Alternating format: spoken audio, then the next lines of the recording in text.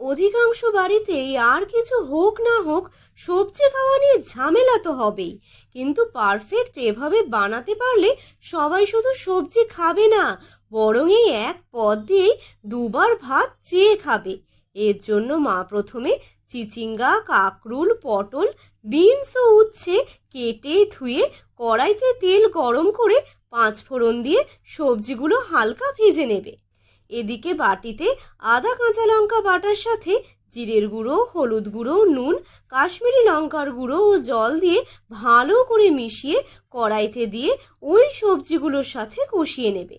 এবার চারমগজ বাটাটা জল দিয়ে গুলে সবজিতে দিয়ে আর একটু কষিয়ে নেবে। তেল ছেড়ে সবজিগুলো 70% সিদ্ধ হয়ে এলে পরিমাণ মতো জল দিয়ে সাথে ভেজানো গোবিন্দভোগ চাল ও স্বাদ মতো চিনি দিয়ে ঢেকে ভালো করে ফুটিয়ে শেষে ঝোল টেনে এলে শাহি গরম মশলা ছড়িয়ে দিলেই তৈরি এই গোবিন্দ পঞ্চবাহার রসা।